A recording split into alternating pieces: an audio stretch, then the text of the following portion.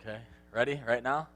Okay, well, welcome YouTube. It's Friday night. We thank you for joining us. We hope that you enjoy the service. If you do, hit like and subscribe, and I believe you will get notifications as to when we are broadcasting. And hey, Tracy, how you doing, Scott?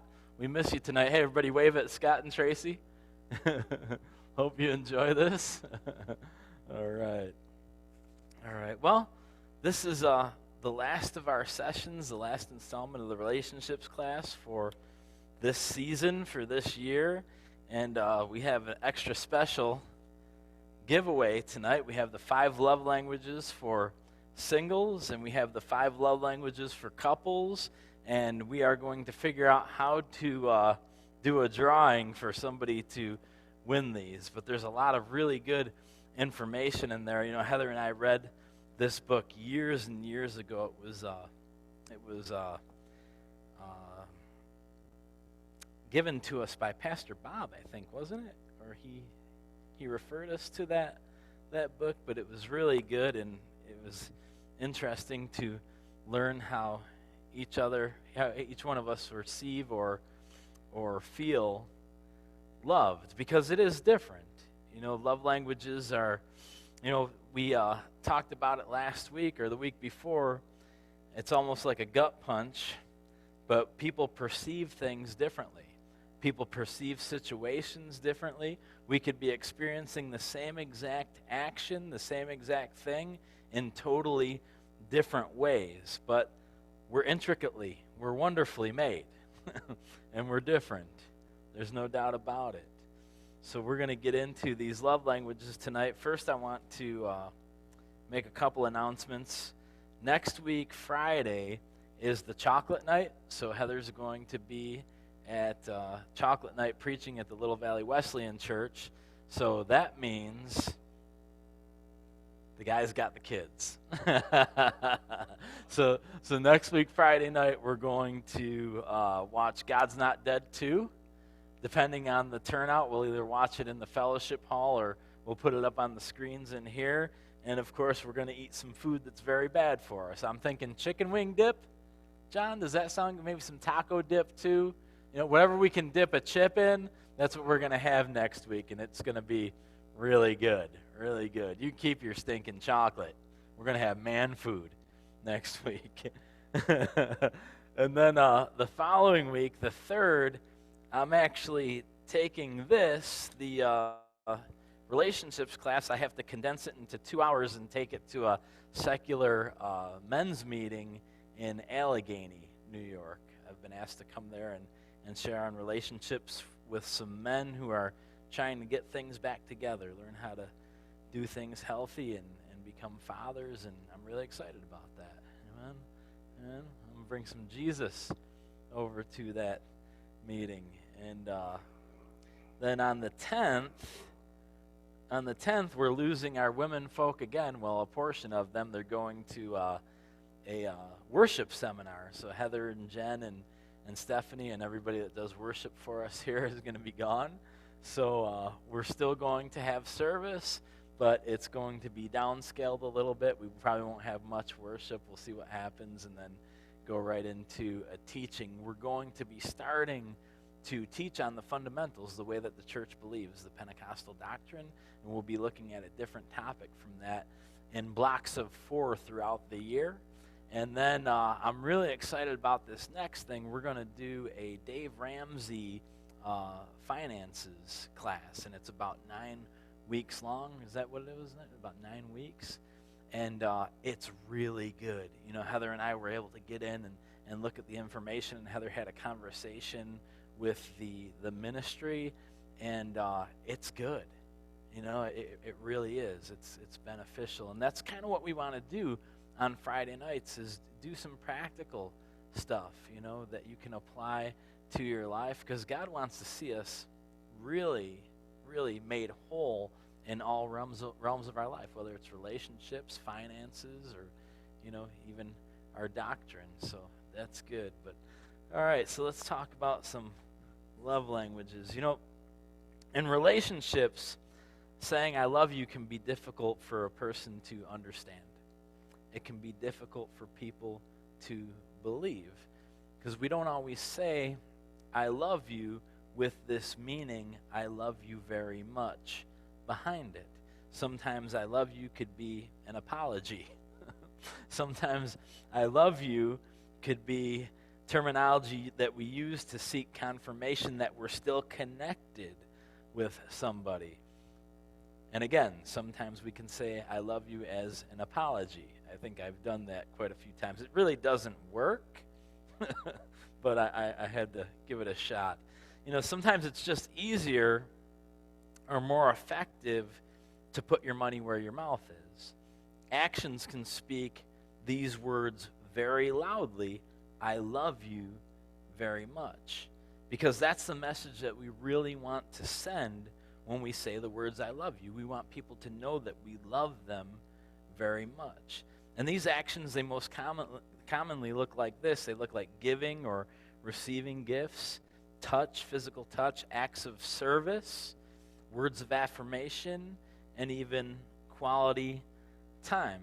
And as we learn to send that message, I love you very much, the strength of our bond will increase every day. We're strengthening our connection. But before we get going, I want you guys to ask yourself this question. What is the goal of your relationship if you're in one? Is the goal of your relationship to keep a safe distance from one another, or is it a loving connection? Because that's a very serious question. And really, I've seen situations where the marriage has become this. We're just going to tiptoe around each other so that we can keep a safe distance and not kill each other. It happens. Amen. Amen. But it's important to know this. It's important because when your goal is changed from connection to keeping a safe distance, your relationship is really, it's heading for destruction. You're going south real quick. And nobody can change that direction. Nobody can change that goal from disconnection to connection but you. We have to make decisions to change that goal, to change it to being connected and work on our relationship. The goal has to be love, especially when you're disconnected. Matthew 22:36 through 39 says, Teacher, which is the great commandment in the law? And he said to him, You shall love the Lord your God with all your heart and with all your soul and with all your mind. This is the great and first commandment. And a second is like it. Did you hear that? A second is like it. You shall love your neighbor as yourself. Amen? It's important. Jesus stresses the fact how important it is for us to love one another. Now, loving is the greatest thing that we can do as believers. Do you know what it takes to lay down your life for someone? It's an inside job. It has nothing to do with what's on the outside. What's going to make you well and make you love well is laying down your life. It's an inside job because it takes determination, it takes intention, and it takes practice. It's real easy to love people that love us back, but it's a real challenge to love someone who doesn't love you back. This is where the laying down your life really comes into play. To do this, you have to lay down your addiction to approval, okay? You have to lay down your fear of rejection. You have to lay down being offended, and most of all, you have to lay down pride. But remember, love and intimate connection, it doesn't look the same as it did when we first started taking this class, right? We realized that we're powerful people, okay? And to love someone doesn't mean that you're a doormat, amen? Because really, unless somebody is going to honor you, you don't want that intimate connection, unless somebody is going to honor you, you don't want that intimate connection.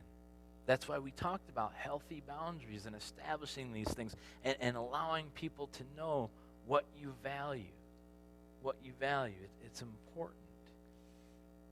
John 15:13 says this, greater love has no one than this, that someone laid down his life for his friends. Now, I can change my goal from connection to distance when I withhold, I love you very much. All right? Unfortunately, in a lot of families today, I love you and I value our relationship. They're unintentionally kept a secret out of a lack of effort. Remember, to lay down your life, it has to be intentional. To establish a loving connection, an intimate relationship with somebody, it takes work. It takes work. It has to be intentional. It takes effort. You see, people will hear I love you in different ways. And you need to know what love language that they speak so there won't be a language barrier. And I have an illustration for you that should really give you a good picture of what I'm talking about. We're all different when it comes to expressing love, especially men and women. Imagine this. Imagine a Russian man, okay, marrying a Japanese woman. On the night of their honeymoon, the Russian man decides he is going to woo his bride by reciting Russian poetry. She doesn't know the language. Okay, keep that in mind. So he jumps out of the bathroom and he blurts it out. And she's thinking, what is this guy mad about? She's not getting the message because she doesn't understand the language. And it doesn't matter how intentional he is about it, okay, or how true it is, she just plain doesn't understand what he's saying. And later on, let's say that the Japanese woman, she comes out of her kimono with a little tray of incense, and he might be thinking, is it time to eat or something? Why is she burning that? Is it time to pray? I mean, is she going to smoke that thing? If it doesn't make any sense to him, he's not going to realize that she's trying to express love for him. He's got no grid for what she's doing, like she didn't understand his language in this Russian poetry. It doesn't mean anything to either one of them because it doesn't mean the same thing. Even though they are both trying so hard, they're missing it. And they're going to break down in frustration because they don't know how each other receives love. See, we tend to speak our own native tongue and expect people to understand it. It's easy for us to send the message, I love you, by the way that we best receive it. Now, laying down your life is so that someone feels and experiences love. It's like learning a new love language. And here's 5 of them. There's more than this, but we're going to use these 5 tonight. I'm going to share these 5, and they're adapted from this book right here, Gary Chapman's book, The 5 Languages. And here's one of the gifts. It's giving gifts. And not one of the gifts, but here's one of the love languages. It's giving or receiving gifts. Now, here's the connection in giving and receiving gifts. You know me and were thinking about me when I wasn't around. So when I gave Heather a gift, okay, if that was her love language, she knows that when she wasn't around, I was thinking of her, okay? And that's making a connection and protecting our bond.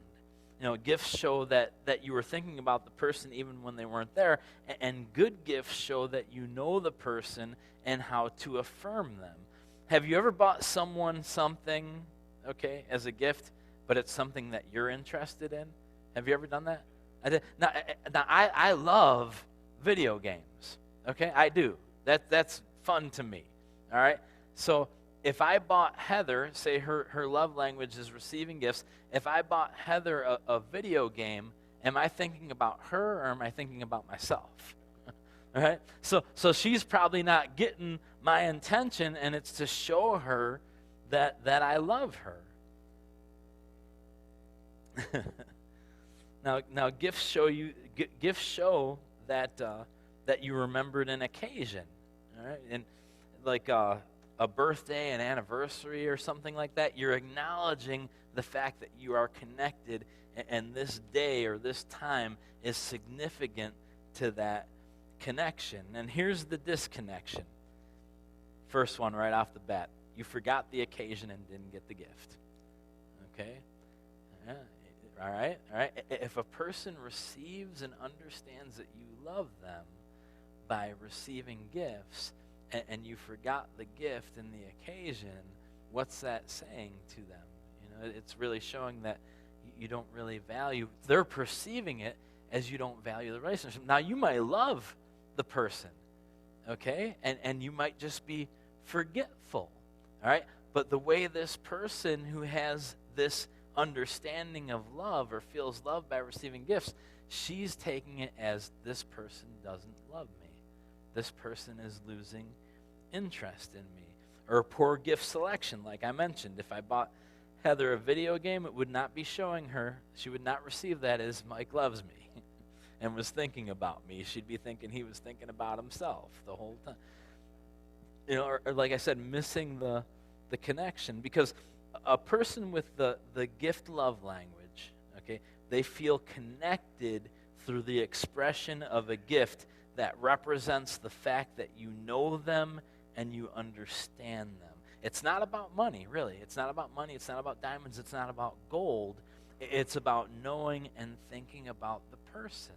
When you give them that gift, you're acknowledging the value that you have placed on that relationship, and that connection is important to you.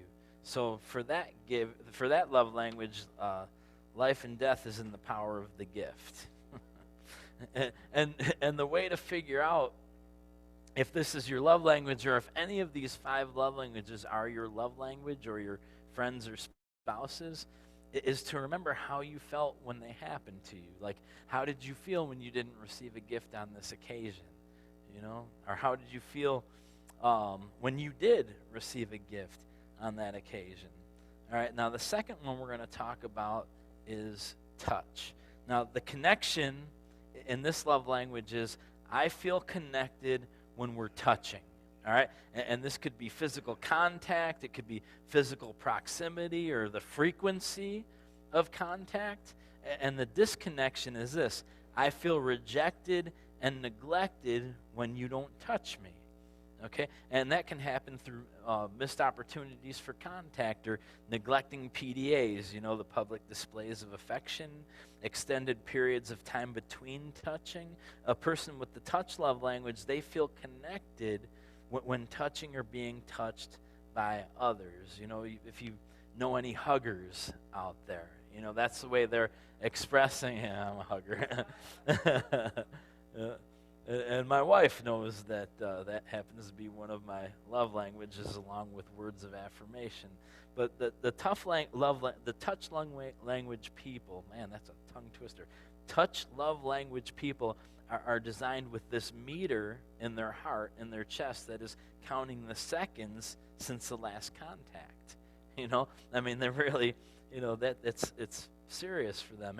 Anxiety increases if they go for long periods of time without some sort of affection or physical touch. The touch love language people are looking for opportunities to be in physical contact with you or receive it. If you don't take the opportunity, that hurts them. And the way that they feel is, you know, this connection isn't valuable, you know, to that person. And it's just because it's the way that they receive the I love you very much. Everybody's different. Acts of service. Now, I know this is my wife's, one of her love languages. The connection is, I feel love when you take care of things that are important to me, like doing things for them. I know if my wife comes home and I cleaned the house and did the dishes and stuff like that, she's going to feel loved. Okay, I just expressed to her that our connection is, I value it. You know, and in essence, I'm protecting that connection by doing those things. That it's important to her, you know, and it's a relief to her as well. After chasing, she had to yell at some 10th graders today, you know. Anticipating needs and meeting them. You know, just like I was saying, you know, I was thinking of my wife being at work all day today, and I knew we had a busy night, so I cleaned the house, and man, I'm doing pretty well right now. And she's feeling pretty loved, you know. Accomplishing specific tasks. I feel bad for if there's a woman who acts of service is her love language, and she's married to a contractor. Contractors never get work done around their own house, man. This never happens, I mean, if that's his wife's love language, man, he's failing. He's failing. Disconnection is you don't care about me because you don't care about things that are important to me. If we neglect the help me messages or angry responses to doing tasks, no, I'm not going to, you know what I mean. Doing tasks unrelated to the request or the need. Like if Heather asks me to help her around the house and then I go clean the garage, I'm really not addressing, I'm not addressing her need to hear I love you more. So people with acts of service, love language, they feel loved when you help by doing something that is important to them. When you do something that's important to them, it communicates the message that you value what is important to them, what they value. Incomplete tasks create anxiety for them. When they look around in a messy room or whatever, their anxiety is building because they feel that nobody is going to do anything about it but them. You ever get like that? I'll tell you, a messy room can mess me up. I'll have to, like my office where I have to go in and write sermons, the kids love being in there and it's wrecked half the time. Oh, it can really, you can get that anxiety, especially if the whole time you're thinking, nobody loves me enough to help me with this task, and I'm going to get stuck doing it, right? So you lower the anxiety by helping. The kiss of death with this love language is, don't tell me what to do, I'm not your slave. Because if that is your response, you completely missed it. You completely missed it. So when you neglect to take care of things that are important to them, you send them the message that they are not important to you. Now, this one, men can definitely, words of affirmation, this is huge. This is huge. Men, almost every guy I know, this is one of their love languages. Words of affirmation. An attaboy. I talked about it on Father's Day when I did the sermon for Father's Day. I said, if you treat your husband like a puppy sometimes, you're going to get a great response. Because I'll tell you what, if Heather gives me an attaboy, I could take down an army. It's that word of affirmation. And if your spouse, if that's your love language, and your spouse struggles with giving words of affirmation, then you're never hearing, I love you very much, the way that you hear it, the way that you receive it. Now, Heather can struggle with giving me words of affirmation every once in a while because she's afraid that my head's going to blow up and pop, and she'll have to raise the kids on her own. At least that's what I tell myself. But what happens there, when you give somebody who receives love this way affirmation, what you're saying to them, it says, I believe in you. I believe in you.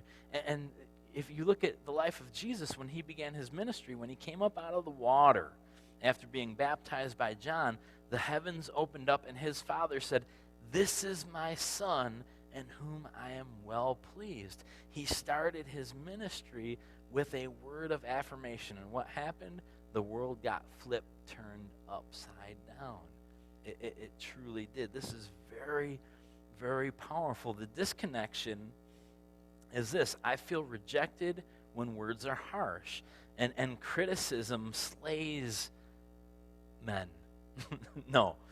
People who have that word of affirmation love language. My whole life I struggled with criticism. Those are fighting words, man. It just slays them.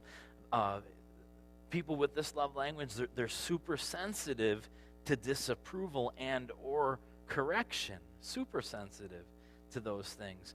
Extended spans of time without value messages, without building them up. They're not receiving love from you the way that they understand it. Give them an attaboy. What's it cost you? It's okay. I ain't joking when I say, hey, treat your husband like a puppy sometimes. If they pick up their socks, something mundane, something stupid, just say, hey, good job. Thanks a lot, honey.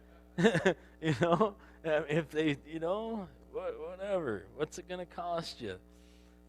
People with words of affirmation, love language, feel loved when you express it to them in words. I want to hear it. I want to hear the words. For some people, it's receiving a gift. For some people, it's an act of service or whatever. But for us, words of affirmation, we value those words. We're actually going to hear it, and what that says to us is, I love you very much. So life and death is in the power of the tongue.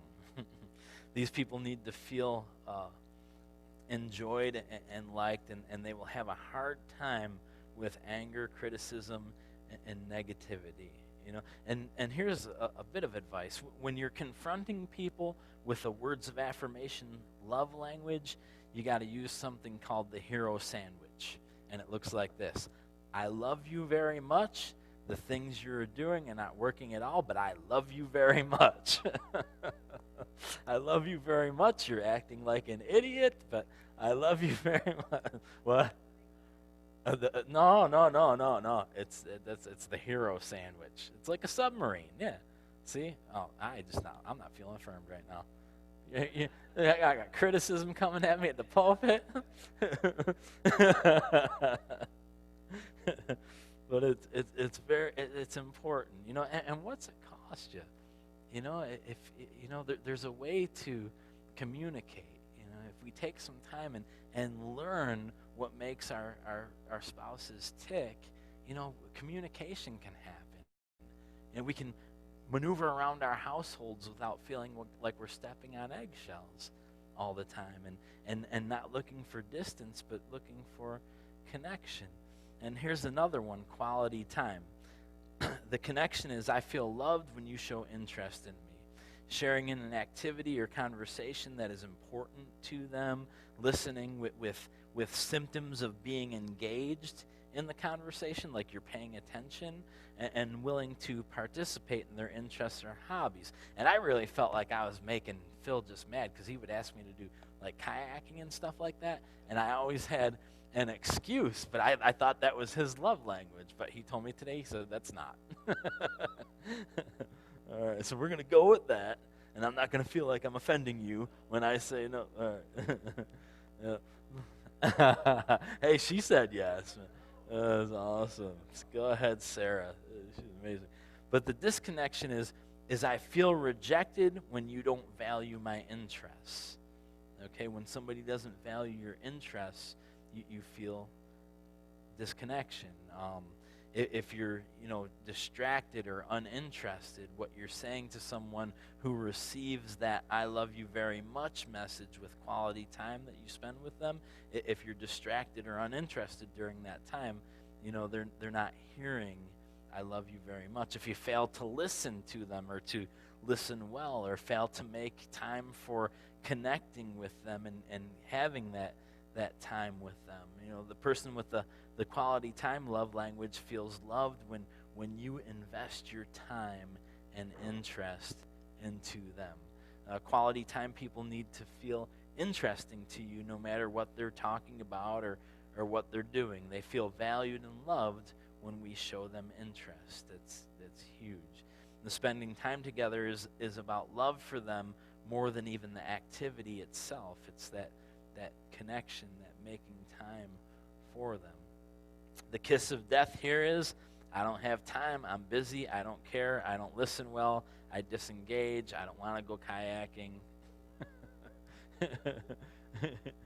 But, so when you send the message to them that you are not interested in what they're talking about, they experience it like this.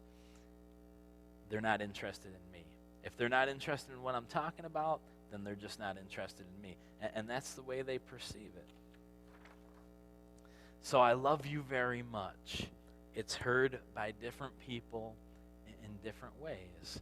And it's really, if we want to remain in a healthy relationship with our spouses, okay? If we want to show them that you value that connection, that relationship that you have with them, it's very important to find out, learn their love language, even if it's different from yours, if it makes no sense to you. I do not like doing dishes, but I value the person that I'm doing that act of service for, and I value that connection that we have with each other. If you struggle with affirming people, it's a real thing. People struggle with giving compliments, for whatever reason. I'm not fully sure of that, but, because you're critical, that's right. See, I got no problem. Honey, you are awesome. I just think, that's just going nowhere. If I got out from behind this pulpit and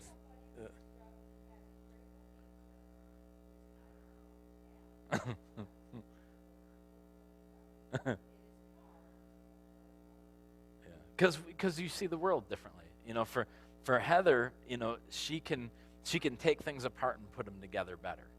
And that's kind of you critique, and we just had to learn that about each other as we, have been together for 10 years. You're so awesome. I just love you. I'm going to vacuum this floor right when I get out from behind this pulpit, honey. I got you. Good job. See, look at, she did it. You said, how easy was that, man? You know what? Now, I'm not just going to vacuum this floor. I'm going to vacuum that floor. I'll take on the world now, baby. That's right. But you see, that's what it is, because she didn't say good job, honey. She said, I love you very much. Amen. And if I were to come down there and vacuum the floor like I said I was going to do, what she would be hearing in that action is, I love you very much. Amen. It's true, isn't it? I see you turning red over there a little bit, blushing. Yeah. You're like, man, she's about to see me vacuum. Oh, you're over there thinking, man, I've been so mean to Steve all these years.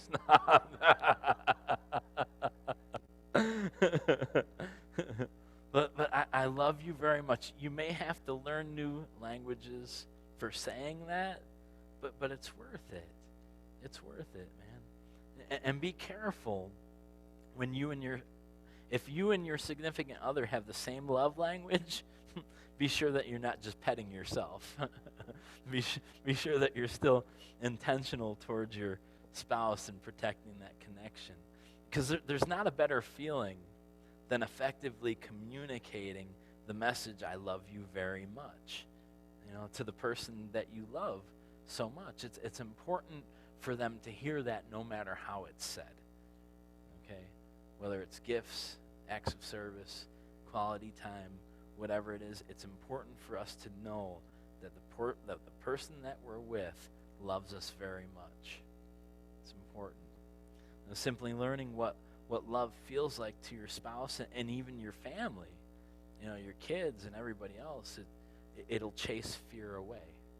It'll chase fear away from the relationship. Perfect love casts out fear. And when we're learning, and protecting that connection, we're perfectly loving that person that God's given us. Look, you got to look at me and, I am a gift from God to you, honey. Amen? And vice versa. And I have to remember that. We have to remember that as we're going forward. That person that God gave you, that person, whatever, that you're married to or intend to be married to, they're a gift from God. And they are wonderfully and intricately made. We're not all exactly the same. So you are my target. God is my source. Amen. Yeah. Do you want the microphone? That'd probably be helpful to Tracy and Scott so they could get the fullness of the message tonight. Okay, just a couple points that I wanted to add. Number one, I want to stress that point that Michael made because it is often our most natural thing is to try to love others with the love language that is best for us. So, if you're someone who loves to get gifts and you give your husband gifts and you wonder why he's not as super excited about it as you, it's probably not his love language. But that's our most natural inclination is weak because that's what moves us, right? That's what speaks to us. So that's what we try to speak to others. And he mentioned that, but I wanted to stress that because we often do that. So you have to be intentional about figuring out what yours is and then figuring out, and not just your spouse. Michael mentioned it. He wants to be in good relationship with Phil. So if he thought that Phil's love language was quality time, then he would say, okay, let me do something with you, not because necessarily, but because I want to maintain a good relationship with you. So It's not just for spouses. It's good for your children. It's good for people that you want to keep good relationships with. Figure out. You want them to know that you love them?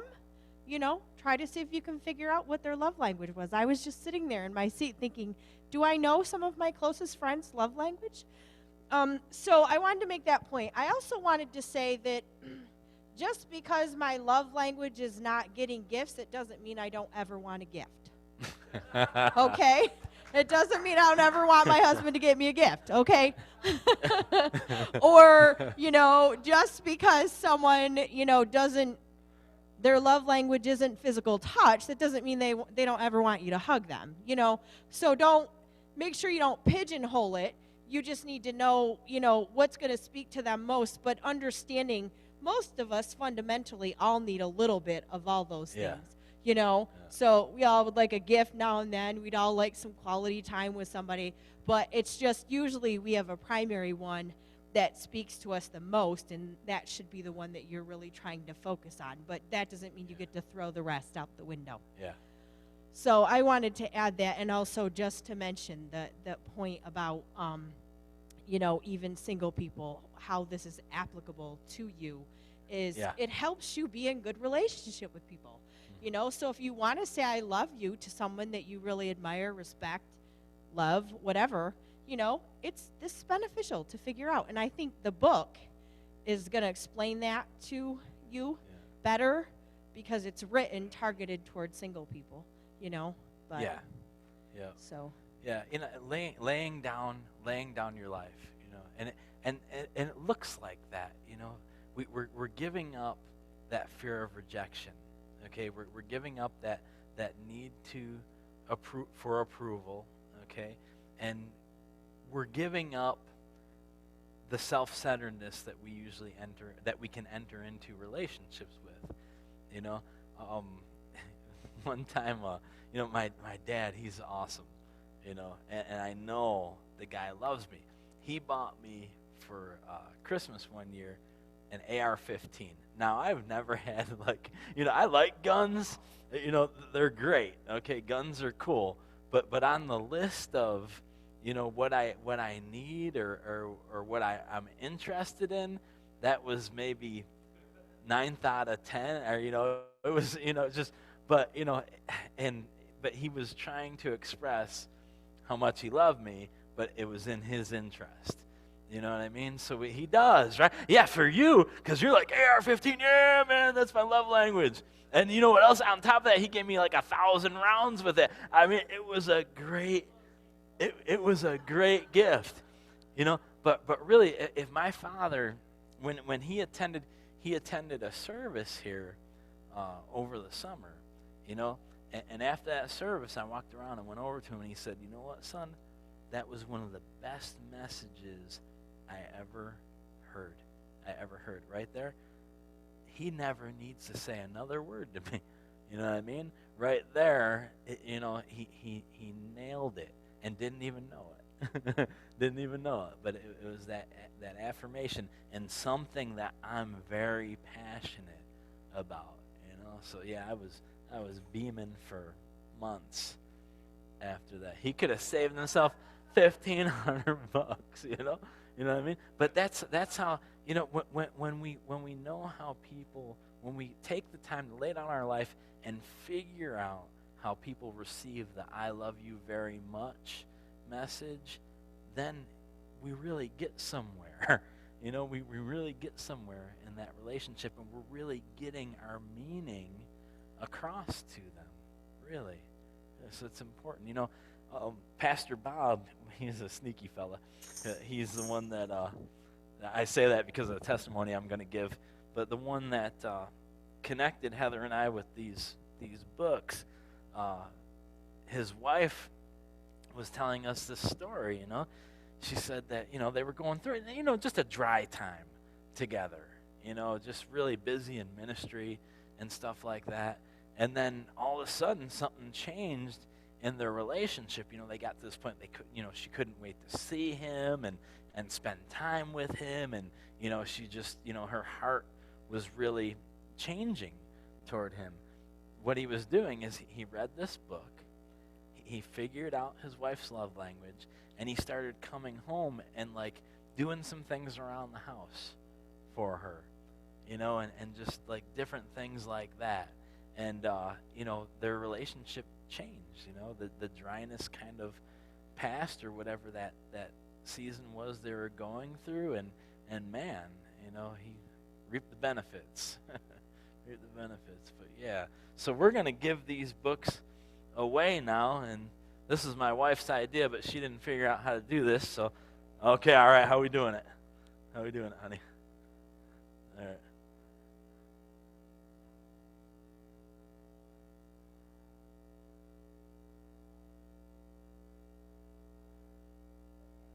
So we're going to give away the singles version first. Okay. So if you're single, not married, we're going to give away the singles version. And I'm going to give it to the first person that can tell me what their love language is. Words of affirmation. Phil. Okay. Phil did it. All right. You figured it out, Phil? Words of affirmation. Okay. What? Well, yeah. Are you sure? He is 90% sure. He is 90% sure that is his love language. 90% sure means very sure. Perfect. Okay. All right. So this one is for the married folks. All right. And this one I'm going to give to the first person who can tell me what their spouse's love language is.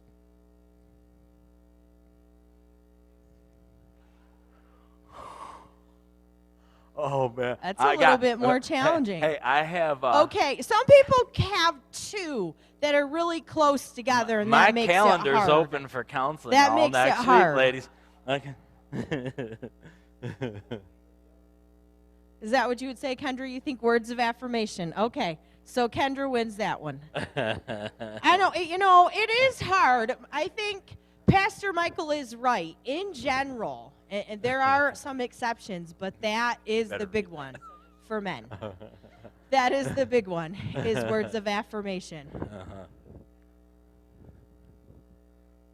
Yeah. Wow, it really works. She said, wow, it really works. Yeah. Okay. Yeah. What do you think, John? Is that it? Words of affirmation for you? No? See, you're doing a enigma. great job up there, brother. He's Let's see how big a smile got. Touch.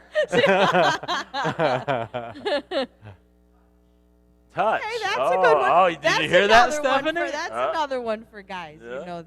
Yep. Yeah, touch and words of affirmation. Good, all right. That's a good one. All right. All right. So I just want to ask a couple of questions. Most of you have been here for every session. About tonight's, what point stood out to you tonight? Honey, can you grab that microphone? Oh. Hey, Phil, can you do the microphone thing? Because she's carrying a load there. Just so we can.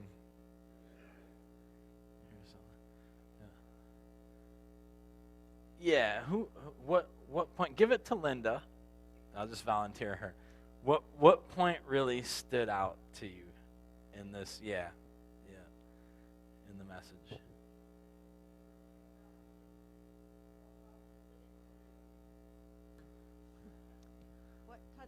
What got to me tonight? Yeah, what point stood out? I think just like concentrating on figuring out what my husband's love language is, and even like zeroing in on mine. Yeah. You know. Yeah. And then just learning how to communicate that with each other. Right. And the importance of that. Definitely. You know, now, women, words of affirmation is a love language for women too. I know quite a few actually, and I believe you. A big one for me. Yeah. Words of affirmation. And taking that time also to talk with you, like today, about what you're passionate about. Yeah. So quality time. Yeah, because I know, like, if he's not participating in stuff with me, that I feel like I'm not important. So more so than a gift, more so than. Right. I love it when he vacuums the floor, but probably that one would be third on the list. But yeah. Does anybody else want to talk about a point anything that stood out to them tonight, or throughout the series? If there was one thing that stood out to you and has helped. Little things, because we seem to focus on the bigger things, but the little things are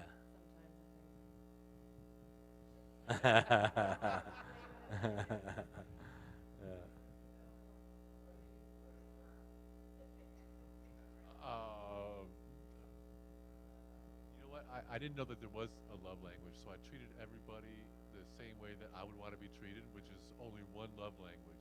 And now I would get frustrated with people thinking, what is wrong with you? I'm doing all this. I am killing myself for the way that I see things, and couldn't, and was frustrated that other people couldn't see or feel the way I felt because they don't have the same love language I do. Yeah. So now I am going to be able to see into a relationship with a lot more wisdom, but now it's going to be more like, okay, which out of 5 are you? Is there a quicker formula than having to read this book? Can I just ask you like a multiple question? Well, you can't just come out and say that because then it's scripted. Because then it's scripted. Yeah. Right. And then when you follow a book, it means nothing to the girl. Right. Well, they're going to lie and say, oh, this is great. And then they're going to put it in the closet and you'll never see them wear it again. Especially if they know your gift is your love language, words of affirmation. This is great. You did such a good job. Thank you so much. Whatever. But that was perfect, Phil. That's exactly what the intention of this was for. It's that people hear that term differently, or that terminology differently. I love you very much, and it's important for us, in laying down self and laying down our life to learn what it is and show them that they're important to you and you value them. Yeah, that's good. I once bought my ex-girlfriend a kayak. Oh, you were gonna. With the forethought is, if she doesn't learn how to kayak, that's a great surfer. So you get to keep it. Oh, I mean, it's the thought that counts, right? Sure. Ask her. She ended up getting a wreck boat. Oh, It's nice. not really a kayak. Right. Yeah. Amen. You're going to save yourself a little money now. A lot of money. Yeah, a lot of money. That's great. All right. And how does having a goal, how does having a goal of connection in mind help you now?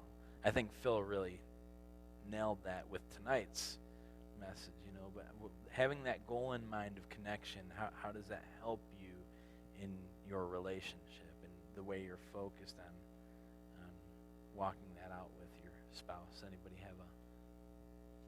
want to say anything about that? Yeah. It builds trust once you get inside that that process. And if both of you have that goal to protect and grow in connection, I mean, that's a wonderful place to be. Then two people are being intentional about protecting something. It's firm. It's good. Yeah. Amen. All right. So, is there any one lesson or one point that you can remember throughout the series that's actually been effective in working in relationship for you right now? Is there anybody that want to share? If anybody does want to share that, you can. Circle of trust. Circle, yeah, that's good. The circle of relationships, the healthy boundaries. Yeah. That's usually the one that sticks with most people. That's a good one for sure. Yeah. Right. Mm-hmm. Yeah. Yeah. Uh-huh. Uh-huh.